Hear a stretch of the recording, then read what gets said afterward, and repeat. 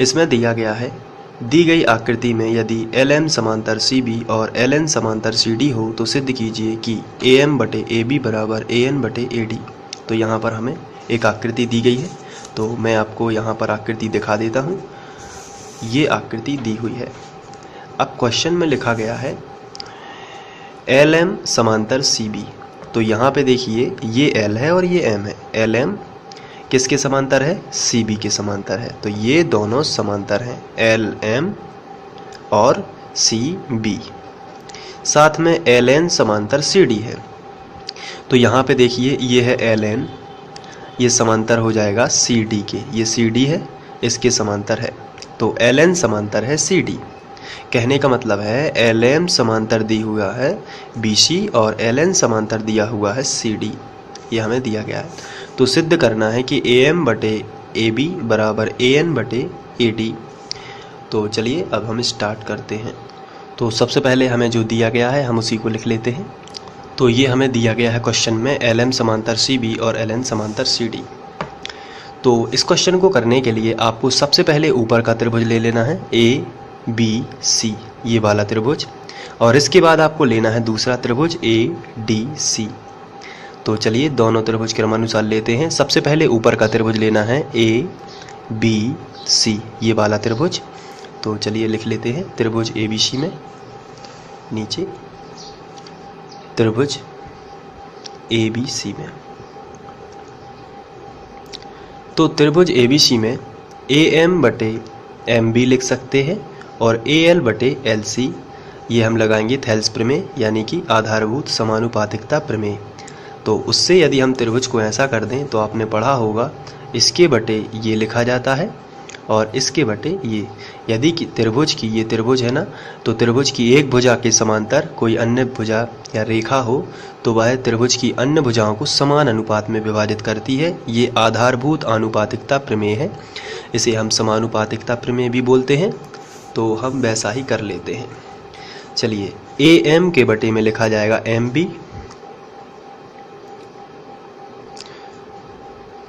बराबर, यहाँ पर AL के बटे में लिखा जाएगा LC।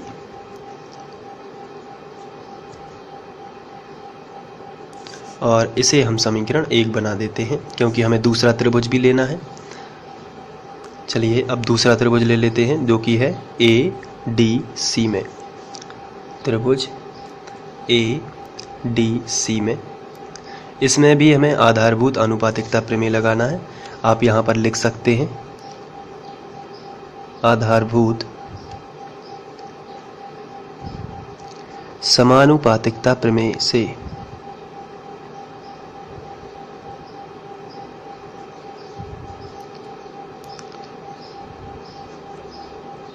चलिए अब इसमें लगा देते हैं। तो इसमें लगाएंगे तो आएगा AN बटे ND और AL बटे LC। तो सबसे पहले हम ये लिख लेते हैं नीचे वाला AN बटे ND बराबर, फिर ये लिख लेते हैं AL बटे LC। बहुत ही सिंपल है। तो इसको हम समीकरण 2 बना देते हैं। ये भी आधारभूत समानुपातिकता प्रमेय से। अब आप यहाँ पर देख रहे हैं, यहाँ पर LC लिखना चाहिए क्योंकि ये LC है, AL बटे LC। तो यहाँ पर LC है। अब आप समीकरण 1 व 2 को ध्यान से देखिए। AL बटे LC के बराबर ये है और AL बटे LC के बराबर ये है, मतलब ये दोनों आपस में बराबर हैं। तो चलिए इन दोनों को आपस में बराबर लिख देते हैं समीकरण 1 व 2 से।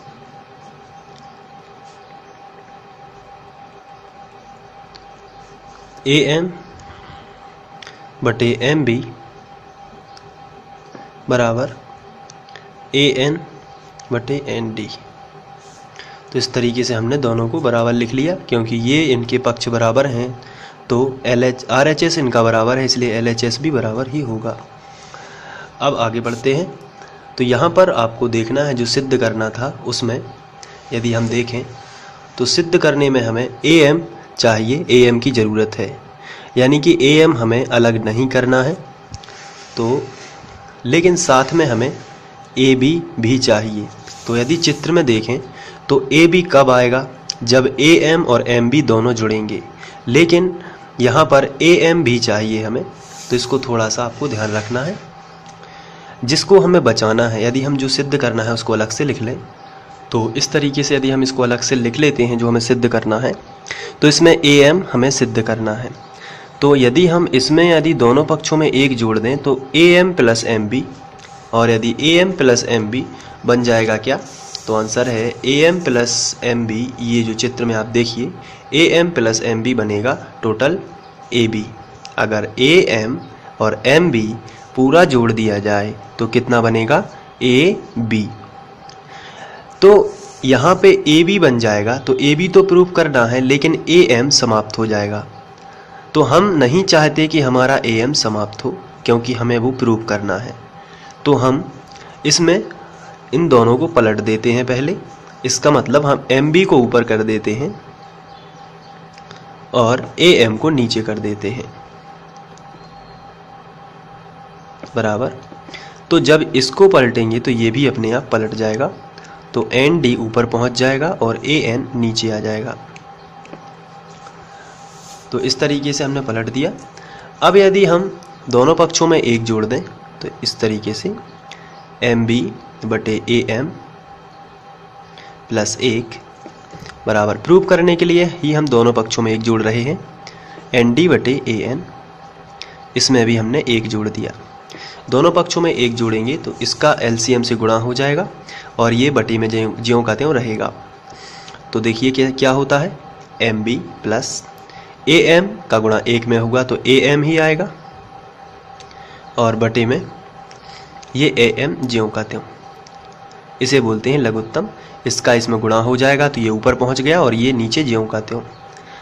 बिल्कुल वैसा यहाँ पर होगा, ND प्लस AN का गुणा 1 में होगा तो AN ही आएगा, और AN फिर से एक बार नीचे आ जाएगा। अब यहाँ पर आपको देखना है चित्र में,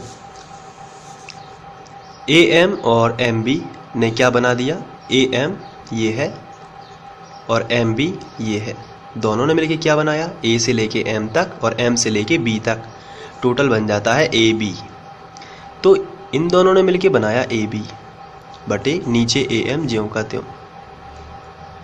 इसी तरीके से यहाँ पर देख लेते हैं, ND और AN दोनों ने मिलके क्या बनाया, AD। आप देख सकते हैं दोनों ने मिलके क्या बनाया है, AD। तो यहाँ पर हम लिखेंगे AD और नीचे जो है वो AN ज्यों का त्यों। अब इसकी तुलना हम जो हमें सिद्ध करना था उससे कर लेते हैं। तो यहाँ पर जो AM आपको दिख रहा है वो कहाँ है, नीचे है, और AB जो नीचे है वो आपको ऊपर दिख रहा है। तो एक बार हम इनको फिर से पलट देंगे, तो इस तरीके से AM ऊपर पहुँच जाएगा और AB नीचे, तो ये भी ऊपर पहुँच जाएगा, ये पलटेगा तो ये भी अपने आप ही पलट जाएगा, तो AN बटे AD। अब आप देख रहे हैं कि दोनों बिल्कुल सेम टू सेम जो क्वेश्चन में था वही यहाँ पर प्रूफ हो चुका है। तो हम लिखेंगे सिद्ध हुआ। तो इस तरीके से हम इसको सॉल्व कर सकते हैं। तो ये आपको सॉल्व कर लेना है। Thank you.